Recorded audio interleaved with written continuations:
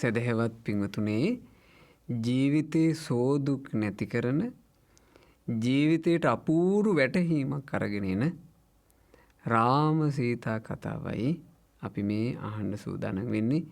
අතීතය ගැන කෙලවරක් නැතුව දන්නා විස්මිත සම්බුදුනුවනින් අපට මේ ජාතක කතාව අපගේ සම්මා සම්බුදුරජාණන් වහන්සේ දේශනා කළා. අපගේ බුදුරජාණන් වහන්සේට නමස්කාර වේවා. නමෝ තස්ස භගවතෝ අරහතෝ සම්මා සම්බුද්දස්ස. සාදු සාදු සාදු. පින්වත් ඉෂාර සංගීත් ඉසුරු හිටිසේකර සහ ශෙනාල් වනිගසේකර කියන මිත්‍රයෝ තුන්දෙනයි අද උතුම් ධර්මදාන පින්කම සිද්ධ කරන්නේ. බොහෝම සන්තෝෂයට පත්වෙන්ට තමන්ගේ ධර්මදානය ගැන. අද මේ උතුම් ධර්මදාන පින්කම නිසා බොහෝ දෙනෙකුට ඉතාම ලස්සන ජීවිතය ගැන අපූරු වැටහීමක් අරගෙනන අපි මේ යන්න සසර ගමන මොනවාගේකක්ද කියලා දැනෙන ජාතක පුවතක් බොහෝ දෙනෙකුට ශ්‍රවණය කරන්න ලැබෙනවා. ඔබ තමන්ගේ ධර්මදානය ගැන සතුටු වෙන්න බණපදය අහන්න පළමුව අපගේ කල්යාණ මිත්‍ර පරම පූජනීය ගුරු දෙවිඳුන්ට අපගේ වන්දනාව වේවා. සාදු සාදු සාදු. දසරථ ජාතකයයි අද අපි ශ්‍රවණය කරන්නේ. බෝසත් රාම කුමරුගේ කතාව. භාග්‍යතුන් වහන්සේ ඒ කාලේ වැඩ හිටියේ පින්වතුනේ සැවැත්නුවර ජේතවනාරාමේ. ওই කාලේ එක නිවසක තාත්තෙකුයි පුතෙකුයි හරි ආදරින් වාසය කළා. ඒ පුතා තාත්තට පුදුම තරම් ආදරෙයි. හදිසියෙම හටගත් ආබාධකින් රෝගකින් මේ පුතා ගොඩාක් ආදරය කරන තාත්තා මිය පරලෝ ගියා. පියාගේ වියෝව මෙයාට දරන්න බෑ.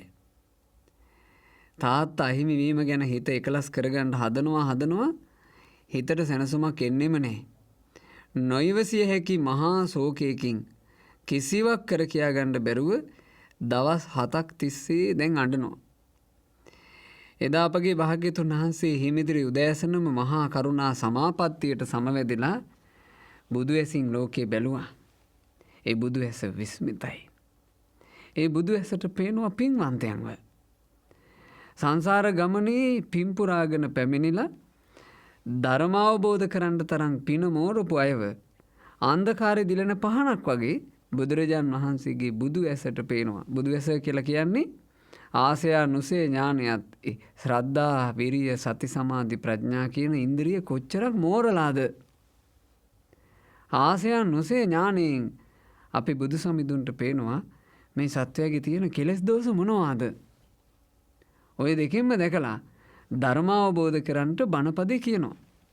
ඉතින් බුදුරජාණන් වහන්සේ දැක්කා තාත්තාගේ වියෝව හේතු කරගෙන දවස් 7ක් තිස්සේ අඬා ඉන්න මේ පුත්‍රයාට ධර්මාවබෝධ කරන්න තරම් පිනක් තියෙනවා.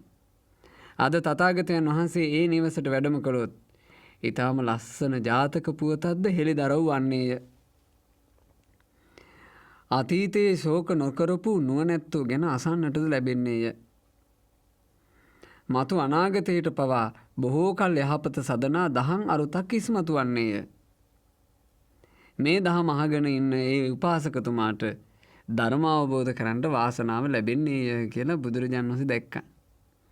ඉතින් හිමිදිරියේම තවත් භික්ෂුවක් එක්ක බුදුරජාණන් වහන්සේ වැඩම කළා අර උපාසකගේ නිවසට.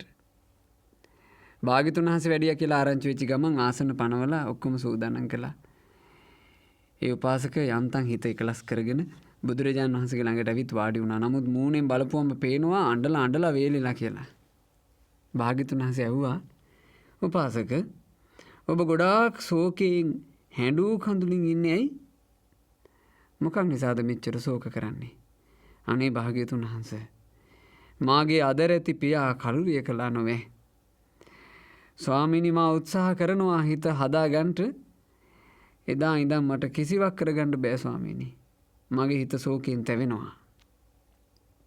බුදුරජාණන් වහන්සේ වදාලා ධනවද උපාසක පෙර කල හිටපු නුවණැත්තෝ ලාභ අලාභ යස අයස නිന്ദා ප්‍රශංසා සැප දුක් කියන මේ අෂ්ටලෝක ධර්මයේ ස්වභාවය හොඳට තේරුම් අරගෙන හිටියා. එහෙම අටලෝ දහමේ ස්වභාවය තේරුම් අරගෙන හිටපු නුවණැත්තෝ තමන්ගේම ආදරණීය තාත්තා මිය පරලෝ ගියා කියලාවත් ශෝක කරේ නෑ උපාසක කිව්වා. අටලෝ දහමේ හැබෑ ස්වභාවය මොකද්ද පින්වතුනි? ලාභෝ අලාභෝ අයසෝ යසෝච නින්දා පසංසාච සුඛංච දුක්ඛං.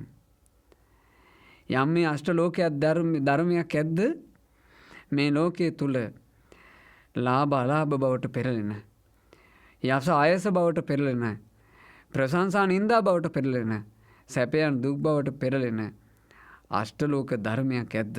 ඒ අටම ඒතේ අනිච්චා අනිත්‍යයි. මේ තමයි සත්‍යය. මේ ලෝකේ යම් අටලෝ දහමක් ඇද්ද පින්වතුනේ? ඒ අටලෝ දහම ස්ථිර නෑ, නිට්ටය නෑ, සදාකාලික නෑ. ඒක අනිත්‍යයි. හැමදාම තියෙන්නේ. ඔයාලගේ ජීවිතේ හටගන්න ප්‍රශ්න විසඳගන්න මේ කාරණේ විතරක් හිතේ තැම්පත් වෙලා තිබ්බත් ඒකත් වටිනවා. අටලෝ දහම අනිත්‍යයි, අටලෝ දහම අනිත්‍යයි කියලා හොඳට කාවද්ද ගන්න. ලාභත් අනිත්‍යයි, අලාභත් අනිත්‍යයි. කරන ප්‍රශංසාත් අනිත්‍යයි, එන නින්දාත් අනිත්‍යයි. වටේ පිරිවර ඉඳගෙන පිරිවර ගුණ කියනකොට ප්‍රශංසා කරනකොට ලැබෙන යසස, ලාභ සත්කාර කීර්ති ප්‍රශංසා ඕව අනිත්‍යයි. කවුරු ගණන් ගන්න නැති කොන් වෙච්ච චරිතයක් වෙන්න පුළුවන්. අලාභ සත්කාර තමන්ට මේ සමාජය ඇතුලින් ගැරහිලි ඒවා මේවා එන්න පුළුවන්. ඒකත් අනිත්‍යයි. සැප ලැබෙනකොට හිතන්ට මේක අනිත්‍යයි. දුක එනකොට හිතන්ට මේ දුකත් අනිත්‍යයි. ඒතේ අනිච්චා. ඒවා අනිත්‍යයි. මනුජේසු ධම්මා. හැම මනුස්සයටම ඔය අනිත්‍ය ධර්ම එනවා. අසස්සතා ස්ථිර නෑ.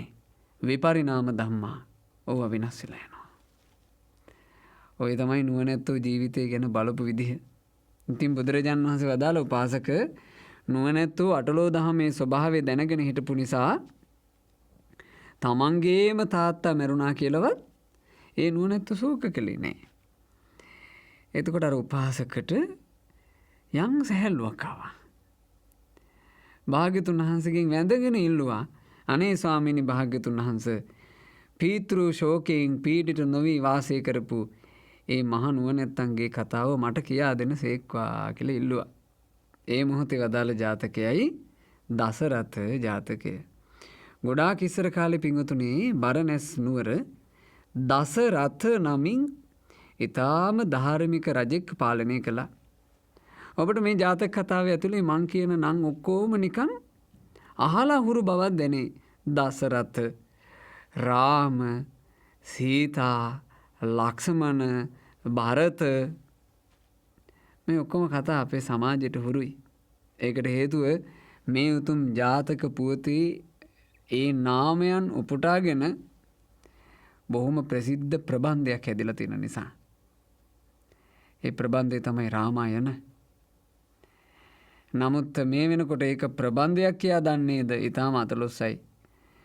ඉන්දියාවේ බහුතරයක් ජනයා ඒක සත්‍යයක් කියලා හිතාගෙන ඒ සත්‍යයක් යයි හිස්මුදුනේ තබාගෙන අද නම් මේ ලංකාවට සාප කරනවා. ඔය දසහේරා කියන උත්සවය කරනකොට රාවණ්‍ය කියලා මවලා මේ රාවණ්‍ය කියලා අබලා පිළිමයක් ඒ පිළිමේ ළඟම මේ ලංකාවේ හැඩයටත් මේ සටහනක් හදලා ඔය දෙකම දසහේරාවල ගිනි තියනවා. ඒ ගිනි තියලා මේ ලංකාව භංග වේවා විනාශ වේවා කියලා සාප කරනවා. අදටත් ඒවා තියෙනවා. ඔය ප්‍රබන්ධයක් කියවලා ඔලු අවුල් කරගෙන. මේ ලංකාවේ ඉන්නේ යකුන්‍ය යකින්නිය කියලා ඒ රාමායනය තුල කියවෙන්නේ. රාවණ කියලා මහා යක්ෂයෙක් පාලනය කරන යක්ෂපුරයක් කියලා. ඒක කියවපු ඈයෝ අදටත් ඇතැම්මු ඇති. ඔය ඉන්දියාවේ තියෙනවනේ හරියට නූගත් ප්‍රාන්ත. අදටත් ඇති ලංකාව කියලා කියන්නේ යක්පුරයක් කියලා හිතාගෙන ඉන්න අය. ඒ කරන සාප එකක්වත් හැබැයි මේ ලක්දිවට වඩින්නේ. ඒට හේතුව මොකද්ද? මේ ලංකා දරති භූමිය කියලා කියන්නේ අප ලෞතර සම්මා සම්බුදුරජාණන් වහන්සේගේ ධාතුන් වහන්සේලා වැඩ ඉන්න ධාතු මන්දිරේ වගේ.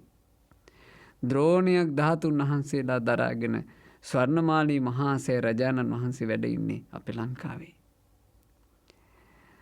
උතුම් ශ්‍රීමත් ලලාට ධාතුන් වහන්සේ දරාගෙන මංගල මහා සෑරජාණන් වහන්සේ වැඩ ඉන්නේ ලංකාවේ. භාග්‍යතුන් වහන්සේගේ ග්‍රීවාස්ති ධාතුන් වහන්සේ දරාගෙන මහියංගන මහා සෑරජුන් වැඩ ඉන්නේ මේ ලංකාවේ. බුදුරජාණන් වහන්සේගේ උතුම් අකුධාතුන් වහන්සේ දරාගෙන තූපාරාම මහා සෑරජුන් වැඩ ඉන්නේ මේ ලංකාවේ. භාග්‍යතුන් වහන්සේගේ සුගත තථාගත සිරි දනදා වහන්සේ වැඩ ඉන්නේ මේ ලංකා භූමියේ. මහා කාරුණික බුදුරජාණන් වහන්සේ සුමන සමන් දෙවිඳුන්ගේ එල්ලීමට සුමන කූටයේ ශ්‍රීපාද පද්මේ පිහිටවලා ඒ ශ්‍රීපාද පද්ම වහන්සේ වැඩ ඉන්නේ මේ ලංකා භූමියේ.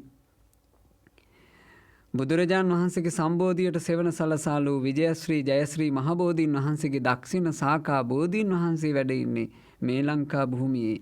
ඔය විදිහට හිතලා මේ ලංකාවට දොහොත් එකතු කරලා වන්දනා කළත් ඒත් පිනක්. ඔය විදිහට හිතලා මේ ලංකා භූමිය කියලා කියන්නේ බොහෝම වටිනා පිම්බිමක්. ඉතින් ඔය විදිහට හිතන්න මම ඔය කිව්වේ සෑයවල් කීපයක් ගැන. දෙතිස් ඵල බෝධීන් වහන්සේලා අෂ්ට ඵල බෝධීන් වහන්සේලා මේ ලංකා භූමියේ කොයි තරම්නම් අපිට වන්දනමාන කරගන්න පූජනීය ස්ථාන තියෙනවද? ඉතින් ඔය පරයයන් කියනවනම් මේ ලංකා භූමිය වනාහි බුදුරජුන්ගේ ධාතුන් වහන්සේලා වැඩ ඉන්න රහතුන්ගේද ධාතුන් වහන්සේලා වැඩ ඉන්න ධාතු මන්දිරයක් බඳුය.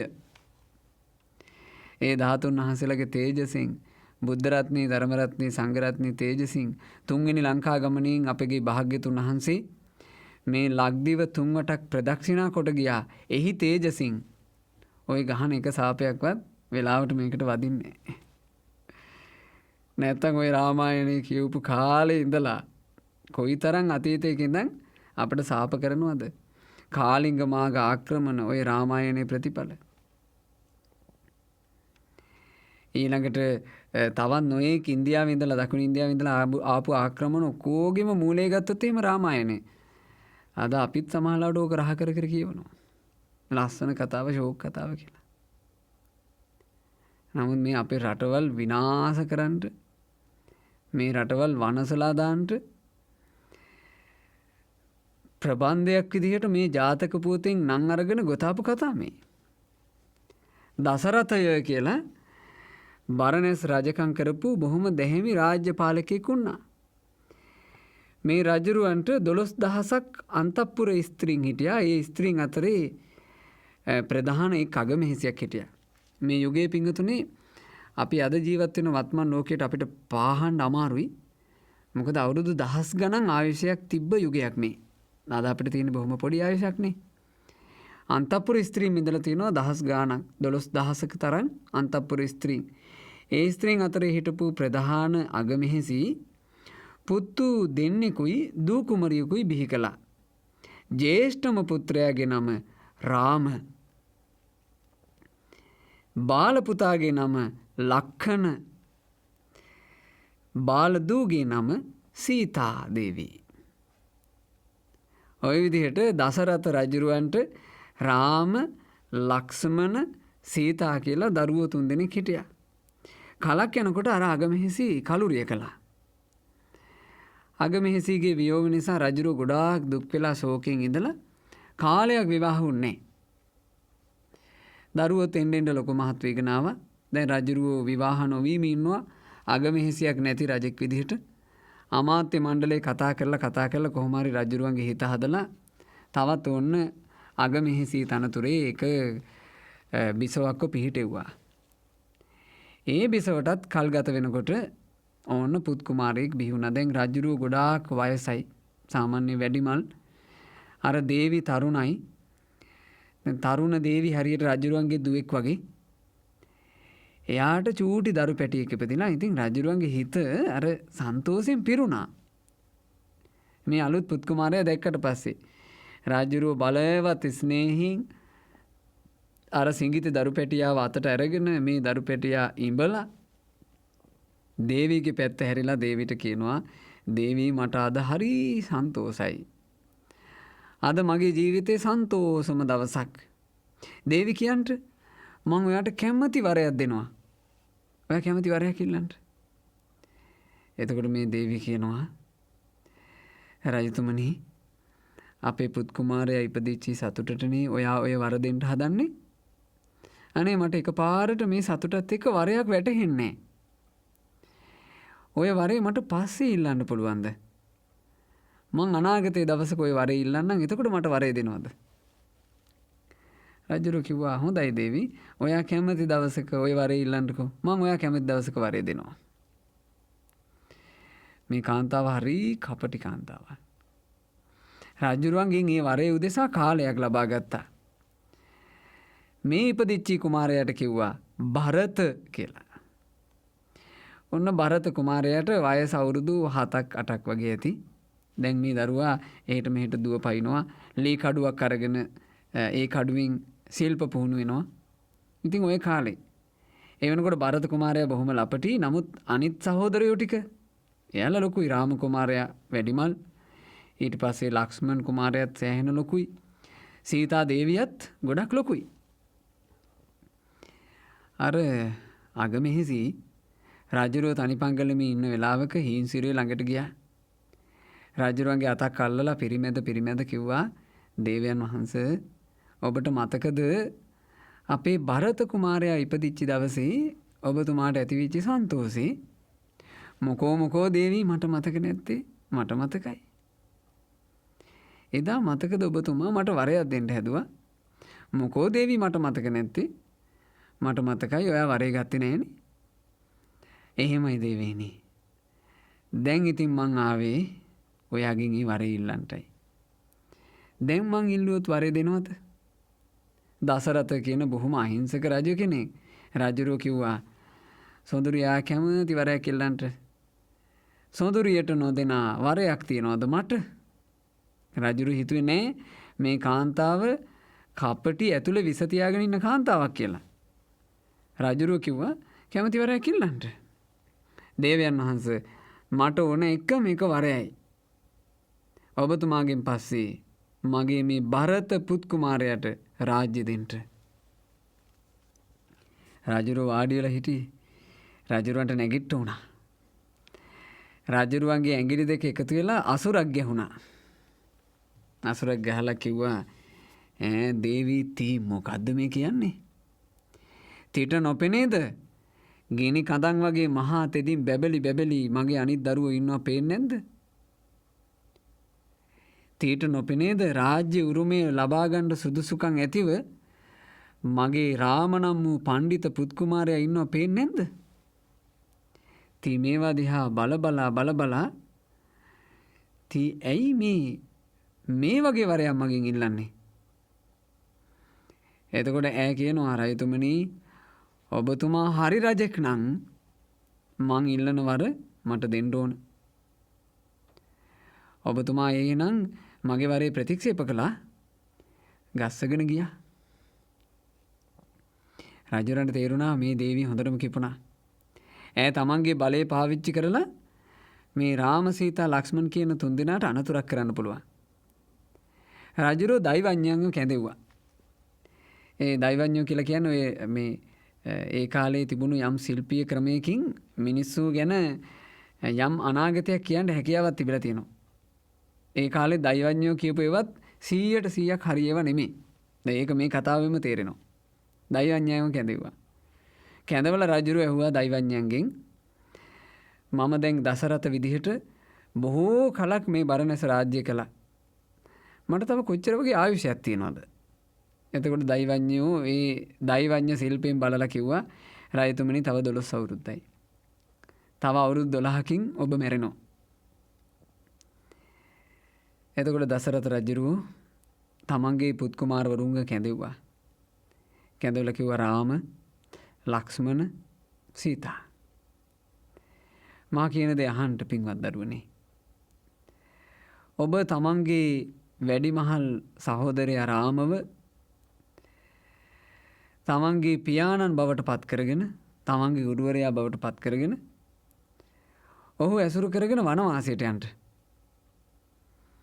අදින් පුතේ 12 අවුරුද්දක් ගියපු දවසේ රාම ඔබ යලි එන්න මේ රාජ්‍යයට.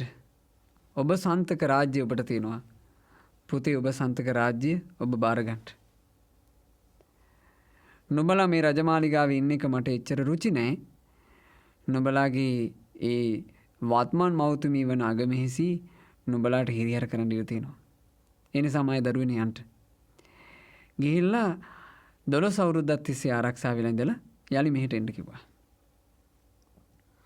එතකොට රාම සීතා ලක්ෂ්මන් තුන්දෙනා මේ දසරථ කියන තමන්ගේ පිය රජුරන්ට ගොඩාක් ආදරේ. සීතයි ලක්ෂ්මණයි දෙන්න තාත්තගේ කකුල් දෙක ඉඹ ඇඬුවා. රාම එකපාරයි වන්දනා කළේ. රාමට තිබුණා හොඳ පරිණත හිතක්. එක් වෙන හැම දෙයක්ම වෙන් වෙනවා කියන දැක්ම තිබුණා. ප්‍රියායගෙන් වෙන් වී යන්න වෙනවමයි කියන දැක්ම තිබුණා. මේ රාම වෙන කවුරුත් නෙවෙයි අපි මහා බෝධිසත්වයෝ. ඉතින් රාමයි සීතයි ලක්ෂ්මණුයි නික්මුණා. වනගත අසපුවක් හදාගෙන ඒ අසපුවේ මේ රාම කුමාරයා තීරණය කළා මේ 12 අවුරුද්ද බවුන් වඩන්ට. මෛත්‍රී, කරුණා, මුදිතා, උපේක්ෂා දියුණු කරන්න කල්පනා කළා. සීතා ලක්ෂ්මණ දෙන්නට කියනවා නංගියේ මල්ලියේ මම මේ වනගත අසපුවේ ඉන්න කාලේ බවුන් වඩන්ට කල්පනා කළා. ඉතින් ඔයාලත් රුචි දෙයක් කරගෙන මේ වනයේට වෙලා ඉන්න. එතකොට සීතයි ලක්ෂ්මණුයි ඉල්ලුවා අයියන්ඩි එහෙනම් එරිසින් වහන්සේ නමක් විදිහට තාපසින් වහන්සේ නමක් විදිහට ඔබ සුවසේ බවුන් අඩන්ට. ඔබ වැඩිහිටියා විදිහට අප වෙනුවෙන් ආහාර හොයන්න ඔබ ඕනේ. අපි දෙන්න කැලේට ගිහිල්ලා ඔය නොයිකුත් වනමුල් ಜಾති ඊළඟට අල ಜಾති පලා වර්ග පළතුරු ಜಾති අරගෙන ඇවිල්ලා ඔබ පෝෂණය කරන්න. ඔබ සුවසේ බවුන් අඩාගෙන ඉන්න. දැන් සීතයි ලක්ෂ්මණයි තමයි පළවෙල නෙලාගෙන යන්නේ. මේ රාම කියන කුමාරයා දැන් ඇත්තටම එරිසින් වහන්සේ නමක් තාපසින් වහන්සේ නමක් බවුන් අඩනවා. ඉතින් ඔහොම අවුරුදු 9ක් ගත වුණා. අවුරුදු 9ක් ගත වෙද්දී පිය රජුරෝ කාලක්‍රියා කළා. දැන් මං කිව්වනේ දෛවඥයන්ගේ වචනේ ඒ කාලෙවත් හරි ගියේ නෑ කියලා. දෛවඥයෝ කිව්වා 12 අවුරුද්දක් ඉන්නවා කියලා. පිය රජුරෝ අවුරුදු 9යි හිටියේ. අවුරුදු 9කින් කලුරිය කළා. පිය රජු මේ පරිලෝක ගියපු ගමන් අර අගමෙහිසිලා ඇති වුණා භරත කුමාරයාව රාජශ්‍රීය පිහිටවන්නට. අමාත්‍යවරු විරුද්ධ වුණා. අමාත්‍යවරු කියනවා නෑ දේවී එහෙම කරන්න දෙන්න බෑ. දේවි දන්නවා මතු රාජ්‍ය උරුමයේ තියෙන රාම කුමාරයා වනගතව ඉන්නවා. ඒ කුමරු වෙනුවෙන් මේ රාජ්‍ය උරුමයේ තිබිය යුතුයි. අමාත්‍යවරු මෙහෙම කතා කරනකොට මේ භරත කුමාරයා අර අම්මගේ තිබුණට එහෙම මහා රාජ්‍ය ලෝභයක් භරත කුමාරයාට එහෙම එකක් තිබෙන්නේ නැහැ. භරත කුමාරයා අර අමාත්‍යවරු මැද්දෙන් නැගී හිටියා. නැගී හිටලා කිව්වා අමාත්‍යවරුනි ඔබලා කියන වචනේ සත්‍යයි. රාජ්‍යයට උරුමය මගේ වැඩිමලාටම වෙන්න ඕන. මාගේ පිය රජුරුවන්ගේ ජේෂ්ඨම පුත්‍රයා වන අති උතුම් රාම පඬිතුමා ඉද්දි මට රාජ්‍යයේ උවමනාවක් නැහැ. ඒ නිසා මමම යන්නම්. මම ගිහින් මාගේ සොයුරු ලක්ෂ්මණ කුමාරයාත් මාගේ සොයුරු සීතා කුමරියත් ඒ වගේම මාගේ වැඩිමල්ම සොයුරු රාම කුමාරයාත් රාම පඬිතුමාත් මෙහි කැඳවාගෙන එන්න. ඉතින් සේනාත් අරගෙන ඒ භරත කුමරු අර වනයේට ගියා. ওই වනයේට යන වෙලාව වෙනකොට සීතා ලක්ෂ්මණ කියන දෙන්න පළවෙල නෙලන්ට ටිකක් කැලේ ඇතුළට ගිහිල්ලා. ඒ අසපුවේ ඒ මොහොතේ හිටියේ රාම කියන පඬිතුමා විතරයි. ඉතා හොඳින් ඔබ මට්ටම් කරපු අනගී රන්රුවක් වගේ රාම පඬිතයන් භාවනා ඉරියව්වෙන් සුවසේ වාඩි වෙලා අර අසපු දොරකඩ අභියසී ඉන්න හැටි භරත කුමාරයාට දැක ගන්න ලැබුණා. භරත කුමාරයා රාම පඬිතයන්ගේ ළඟට ලං වුණා. ගෞරවයෙන් වන්දනා කළා. ඒ මුනිවරයෙක් වගේ දැක්කේ. ගෞරවයෙන් වන්දනා කළා. පිය රජතුමා කලුරිය කළා කියන කාරණේ දැනුම් දුන්නා. රාම කුමාරයාගේ කකුල් දෙක උඩ ඔළුව තියාගෙන ගොඩාක් වෙලා ඉකිගග ඇඬුවා. හැබැයි පිය රජුරෝ මිය පරලෝ ගියා කියන වචනේ කියනකොටවත් අනේ අපේ පිය රජු මිය පරලෝ ගියා කියලා අර භරත කුමාරයා අඬනකොටවත් රාම කුමාරයාගේ ඇහි කඳුලක්වත් ආවේ නැහැ. මූණ ඉරියව්වක්වත් වෙනස් වුන්නේ රාම කුමරු එහෙම ඉන්නවා. භරත කුමාරයා හඬා වැළපිලා පසකින් වාඩි වෙලා ඉන්නකොට ඕන් හවස් කාලේ වෙද්දී අනිත් දෙන්න පළවල අරගෙන එනවා. ඈතින්ම සීතා ලක්ෂ්මණ දෙන්න එනවා පේනකොට රාම කුමාරයාට රාම පඬිතුමාට හිතිලා තියෙනවා මේ දෙන්නා තුල තවම නුවණ මෝරලා නැහැ නොවේ. මට වගේ ප්‍රඥාවෙන් සලකලා ශෝක දුර දරා ගන්න මේ ලපැටියන්ට අමාරුයි. එක්වරම තොපගේ පියාණන් කලුරිය කළා කියලා කිව්වොත් උහුල ගන්නට බැරි ශෝක දුක නිසා දෙන්නගෙම ලය පැලී යන්න ඉඩ තියෙනවා. ඒ කියන්නේ එච්චර තාත්තට ආදරය කළා. තාත්තා නැති වුණා කියන වචනේ ඇහුවොත් එහෙම ලය පැලෙන තරම් තාත්තට ආදරය කළා. ඉතින් ඒ නිසා මේ රාම පඬිතුමා බලන්න නුවණැත්තන්ගේ ස්වභාවය. දැන් අපිට මේවා හොඳ පාඩම්. අපේ හිතවතෙකුට අපි දන්න කෙනෙකුට යම් හෝ පණිවිඩයක් දෙනකොට අපි කොච්චර සැලකිලිමත් වෙන්න ඕනද? සීතා ලක්ෂ්මණ දෙන්නා දුරින් එනකොටම භරත කුමාරයා කටක් අරින්න කලින් රාම පඬිතුමා කතා කළා. කතා කරලා කිව්වා අද තොප දෙදෙනා වනයේට ගොස් පමා වෙලා ආවේයි. ඒට දඬුවම් විඳින්න ඕන. ඒට දඬුවම් වශයෙන් තොප දෙදෙනා අර පේන දියවලට බහින්න කිව්වා. එතන තිබුණා යම්කිසි පොකුණක් දියවල. ලක්ෂ්මණ සීතා දෙදෙනා මෙහියෙන්ට අර පේන දියවලට ගොහින් එහි වැස ගන්න කිව්වා. කී කරුයි මේ දෙන්න. රාම පඬිතුමාගේ වචනේ පිට වෙනවත් එක්කම අර අතේ අරගෙන ආපු පළවැල ටික එහෙම පසකින් තිබ්බා. අර දියවලට ගිහින් බැසගත්තා. ඒවට මේ සාධාරණයට කරුණු කියන්න ගියේ නෑ මේකයි පරක්කුනේ. මෙහෙම වුණා එක්ක පාර වැරදුනා. මොකුත් කතා නෑ. වචනේ කියලා ඉවර වෙනකොටම වතුර වලට ගිහින් බැස්සා. එතකොට රාම පඬිතුමා කියනවා අපගේ භරතත් මෙහි ඇවිත් ඉන්නවා. දසරථ පිය මහ රජු මිය ගිය බව පවසනවා. අපේ පිය රජතුමා මිය පරලෝ ගියා කියපු ගමන් අර ලක්ෂ්මණ සීතා දෙන්නට වාව ගන්න බැරුව ගියා සිහි නැතුව වැටුණා. වතුරක ඉඳලත් සිහි නැතුව වැටුණා. එතෙන් ඇවිල්ලා හිටියා වෛද්‍යවරු. ඒ වෛද්‍යවරු ආයෙමත් ඒ මූර්ජා වෙච්ච සිහිය ගත්තා. ආයෙමත් කිව්වා අපේ පිය රජුරුව මිය පරලෝ ගිහින් දෙවෙනි වතාවෙත් වැටුණා. ඔය විදියට තුන් වතාවක් සිහි මූර්ජාව වැටලා තිනවා. හතරවෙනි වතාව කියනකොට තමයි සිහි කල්පනාවකින් ඒක දරා ගන්න පුළුවන්කම ලැබුණේ. ඉතින් තමන්ගේ ආදරණීය තාත්තා මිය පරලෝ ගියාය කියලා ඒ දෙදෙනා බොහෝ වෙලාවක් ඇඬුවා. ඒ හඬලා ශෝක වෙලා දැන් ඔක්කොමලා හිත එකලස් කරගෙන එතකොට භරත කුමාරයාට හිතෙනවා මෙහෙම හිතුවිල්ල මටත් මගේ පිය රජුරුව මිය පරලෝ ගියා කියලා ලොකු ශෝක දුකක් හටගත්තා. මගේ වැඩිමහල් සහෝදර ලක්ෂ්මණ සීතා දෙන්නටත් ලොකු ශෝකයක් හටගත්තා. ගොඩාක් අය ඇඬුවා. ඒත් අපේ වැඩිමලා රාම ඔහු මුනිවරයෙක් වගේ ඉන්නවා. ඔහුගේ ඇහි කඳුලක්වත් ආවේ නෑ මූණ ඉරියව්වක්වත් වෙනසුන්නේ. ඔහු කොහොමද මෙහෙම ශෝක නොකර ඉන්නේ? ඔහුට පිය රජුරුව ගැන ආදරයක් නැද්ද? මම මේක දැනගන්න ඕන. එහෙම හිතලා ඇහුවා. අපගේ රාම පඬිතේනි මට මේ පහදා දුන්න මෙන්න කවර ආනුභාවයකින්දෝ ශෝක දුක් ඇති වෙන තැන ශෝක රහිතව ඉන්නේ. පිය නිරිදු මිය ගිය බව අසා ශෝක දුක් නෑ ඔබ තුල කොහොමද කියලා ඇහුවා. මේ නොහඬා ඉන්නේ කොහොමද? ශෝක නොකරන්නේ ශෝකී වචනයක්වත් කියන්නේ නැතුව ඉන්නේ කොහොමද? සුසුමක්වත් හෙළන බවක් නොපෙනෙන්නේ කොහොමද? මොකද්ද මේ ආනුභාවය? එතකොට රාම පඬිතුමා හරි ලස්සනයි. ශෝක නොකිරීමට හේතු වෙන කාරණා යම්කිසි කෙනෙකුගේ හදවත ශෝකයෙන් දැවෙනවා නම් එයා දත යුතුම කාරණා මේ. ඔබ දන්න කෙනෙකු ප්‍රිය කෙනෙක් වෙන් වුණා කියලා ශෝකයකින් දුකකින් ඉන්නවා නම් ඒ කෙනාට කියා දිය යුතු ජාතක කතාවක් මේ දසරථ ජාතකය. බෝසත් රාම පඬිතුමා කියනවා බොහෝ කොට හඬා වැළපෙන පුරුෂයා හට කිසි දින අනිත් අයගේ දිවි නොහැකිය හසුරුවන්නට අටලෝ දමෙහි ඇති තතු හොඳින් දන්නා නැනවතා නැසෙන වෙනසෙන දේ ගැන කුමටද තැවි ඉන්නේ?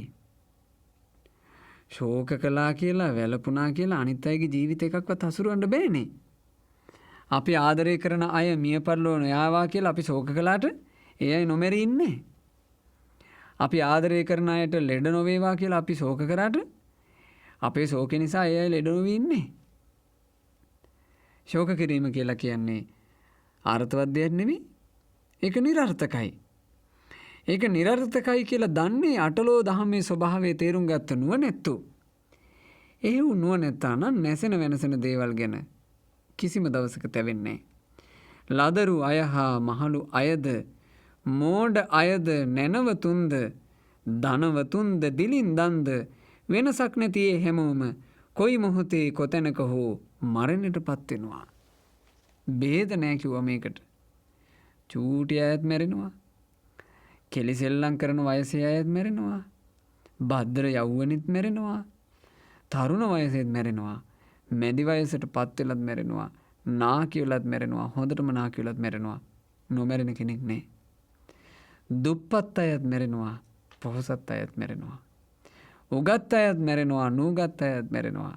බලවන්තයෝත් මැරෙනවා. දුර්වලයෝත් මැරෙනවා. මරණයට මේ ભેද නැහැ. අසවල් ආගමේ කියා ගන්න සියලු දෙනා මැරෙනවා. අසවල් ජාතිය කියා ගන්න සියලු දෙනා මැරෙනවා. අසවල් හැකියා දක්ෂතා තියෙනවාය කියලා කියා ගන්න සියලු දෙනා මැරෙනවා. එක එක මට්ටමේ ප්‍රසිද්ධීන් තියෙන සියලු දෙනා මැරෙනවා. කවුරුත් නොදන්න එහෙම ප්‍රසිද්ධියක් නැති අයත් මැරෙනවා. මරණය. මේ අරගල සියල්ල මරණය තෙක්. මේ සෙල්ලම් ඔක්කොම මරණය තෙක්. මරණය මේ ජීවිතේට එනවමයි. නත්ති මච්චුස්ස නාගමු. මරණය නම් නෑවිත් තියෙන්නේ නැත. එනවමයි. ඒ නුවණින් තේරුම් ගත යුතුයි.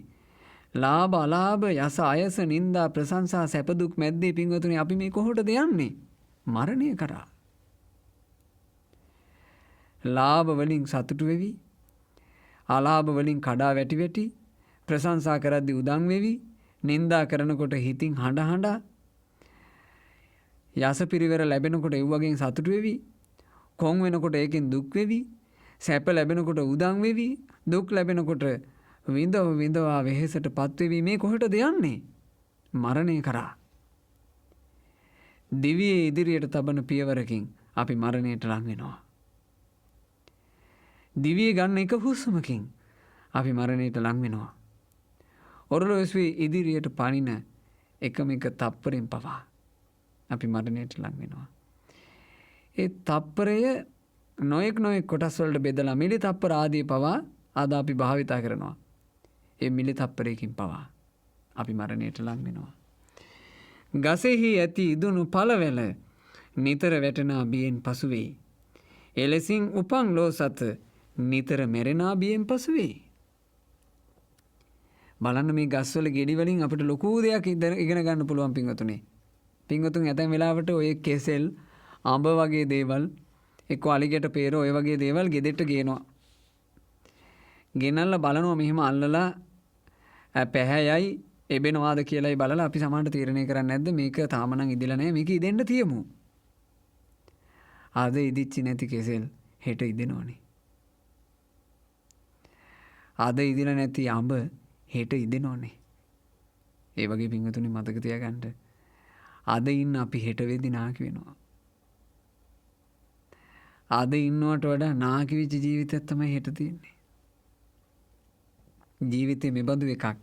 උදෑසන දුටු බොහෝ දෙන සවස නැත දකින්නට. සවස සිටිනා බොහෝ අය යලි උදෑසන නැත දකින්නට. මේක මෙහෙම කිව්වාට එකපාර කෙනෙකුට හිතෙන්න පුළුවන් ඉතින් එහෙම මිනිස්සු නැති වෙන්නේ නැහෙනි කියලා. ඒ අපිට පේන පරිසරේ. අපි දකින්නේ මේ ගමේ නගරේ මේ සොච්චම් මිනිස්සු ටික. ලෝකෙම මිනිස්සු ගත්තොත් එහෙම. මේ ලෝකෙම උදේ ජීවත් වෙන මිනිස්සුන්ගෙන් බොහෝ දෙනෙක් රාත්‍රී වෙනකොට මැරිලා යනවා. රාත්‍රියේ ජීවත් වෙන බොහෝ දෙනෙක් උදෑසන වෙනකොට මැරිලා යනවා. අපි මේ කතා කර ඉන්න මේ විනාඩි කීපය ඇතුළේ පින්වතුනි කී දෙනෙක් මේ ලෝකයේ අත්හැර යනවා ඇද්ද? උදෑසන සිටි බොහෝ දෙන සවස නැත දකින්නට. සවස සිටිනා බොහෝ දෙන උදෑසන නැත දකින්නට. මියගිය අය ගැන හඬා වැළපී කොතෙකුත් අයද සිටියද යලි ඔවුන් නැගිටුවා ගන්නට කාටවත් නොහැකිය ලොවේ. ඒ ගැන මුලා වී තමා හඬා වැළපී පළක් නැති වග හොඳින් දන්නා නැනවතා නොහඬයි ශෝක නොකරයි. රාම පණ්ඩිතතුමා කියනවා ඇඬුවාට ප්‍රතිඵලයක් නෑ කියලා දන්න නැනවතා හඬන්නේ ශෝක කරන්නේ මොකද ඉතින් ඒක ඇති වැඩේ. අද මේ වගේ නැනවත් දහමක් ජීවිතයට ගලප ගන්න අදක්ෂ වීම නිසා අද සමහරවිට මේ තාර්කික භාෂණ තුල තාර්කික කතා තුල ඔබ දැකලා නැද්ද? මේ අඬන්න නැතුව ඉන්න එකමුත් නැති ප්‍රශ්න හට ගන්නවා. ඒ නිසා අඬන එකත් හොඳයි. දුර්වලයෝ ඒ බඳු මාතෘකා ගේන්නේ එය ඥාණයට ගලපා ගන්නට අදක්ෂ වීම නිසා. බොළඳ හිත් ඇරිත නැත්තා බොළඳකමම වටිනා දෙයක් යයි වර්ණනා කරයි. ඔබ නිසා හොඳට නුවණින් තේරුම් ගන්නට. දත් මිටි කාගෙන දුක ශෝක ඉවසන්න කියලා නෙමෙයි මේ කියන්නේ. ප්‍රඥාව උපදව ගන්න කියලායි. ප්‍රඥාව උපදව ගත්තොත් ඒ ප්‍රඥාවට පුළුවන් අපේ කඳුල නොයන බවට පත් කරන්න. ඒකයි මම මේ ජාතක කතාව ආරම්භ කරනකොට ඔබට කිව්වේ. ශෝක දුක් නැති කරන ජීවිතයට අපූර්ව වැටහීමක් ඇති කරන රාම සීතා කතාව කියලා. අපූර්ව වැටහීමක් මේකෙන් ඇති කරනවා. තමාවද පෙලා ගනිමින් හඬා වැළපෙන කෙනාගේ සිරුරද කෘස වෙයි දුර්වර්ණ වී යන්නේ. ඔහු හඬා වැළපෙන දෙයින් නැත මලවුන් යැපෙන්නේ. අපි ඇඬුවා ශෝක කළා කියලා මලවුන්ට ලැබෙන දෙයක්වත් නැත. අපට ලැබෙන්නේ කෘස වී ගිය ශරීරයත් දුර්වල වී ගිය පැහැයත් ඔච්චරයි. ගිනි ඇවිලගත් නිවස දියෙන් වහ නිවනා ලෙස බොහෝ දෙද්දත් වීරිය ඇති නැනැති මිනිසා ලොවේ. උපන් ශෝකයේ වහා සිතෙන් බැහැරට දමයි පුළුම් රොද පිඹහරනා වේගවත් සුළඟක්සේ. ඒ ඥානවන්තයාට ශෝකය දුරු කරන්න මහා වෙලාවක් යන්නේ. පුළුණක් පිඹහරින මහා සුළඟක් විලසේ. එයා සෝදුක් නැති කරනවා. තනිවමය මිනිසා මෙරි වෙනත් ලොවකට යන්නේ. තනිවමයි මේ ලොවේ මිනිසා උපතට එන්නේ. මාපිය අඹදරු මිතුරන්සේ එකිනෙකා හමුවන්නේ තම තමන්ගේ සසරේ කළ කර්මයට අනුවයි. අපි පින්වතුනි මේ එකිනෙකා මුණ ගැහෙන්නේ අපි සසරේ කරපු කර්ම වලට අනුරූපව. අපිට අපේ උපතත් එක්ක සෑය බෝධිය දකින්න ලැබෙන පරිසරයක අපි උපන්නනේ. මේ අපි පෙර සසරේ කරපු කර්ම. බුද්ධ ධම්ම සංඝ කියන තෙරුවනේ ගුණ ඇහෙන පරිසරයක අපි උපන්නනේ. මේ අපි කරගත යහපත් කර්ම. මෙලොව ගැන විතරක් නෙමෙයි. පරලොව ගැනත් හිතලා දහම් අවවාද කරන සත්පුරුෂයෝ ඉන්න පරිසරයක අපි උපන්නනේ. මේ අපි පෙර සසරේ කරගත යහපත් කර්ම. ඇතැම් උපදිනවා. උපදිනකොට මෙහෙනවා බෝම්බ හඬ. ඒ අලගේ කර්ම. ඇතැම් චූටි ලපැටියෝ යන්තම් තේරෙන වයසට එනකොට එයාගේ අම්මත් යුද්ධෙන් මැරිලා. එයාගේ තාත්තත් යුද්ධෙන් මැරිලා. එයා අනාථ නිවාසික. එයා සරණාගත කඳවුරක. එයා උදේට කාලත් නැහැ. එයා දවල්ට කාලත් නැහැ. එයාට රැයට කන්න ලැබෙයිද දන්නේ නැහැ. එක එක්කෙනාගේ කර්ම. ඒ නිසා පින්වතුනි හිතන්න, ගොඩාක් හිතන්න කර්මය ගැන. තම තමන්ගේ කර්මය ගැන හිතන්න. අපි දන්නේ නැහැ. අපි මේ දිවි ගමනේ තනියම ඇවිල්ලා තව මේ ගත කරන ජීවිතේ කොච්චර කලක් ඉන්න ලැබෙයිද කියලා. යහපත් කර්ම කරගන්න යම් කාලයක් අපේ කර්ම විසින්ම අපට ලබා දී තිබේ. ඒ කාලේ හරියට නොදන්නා නිසා ඔබට ඉදිරියේදී තියෙන කාලය හෙට අහිමි වුණත් කමක් නැහැ කියලා හිතාගෙන දැන් පින් කරන්න.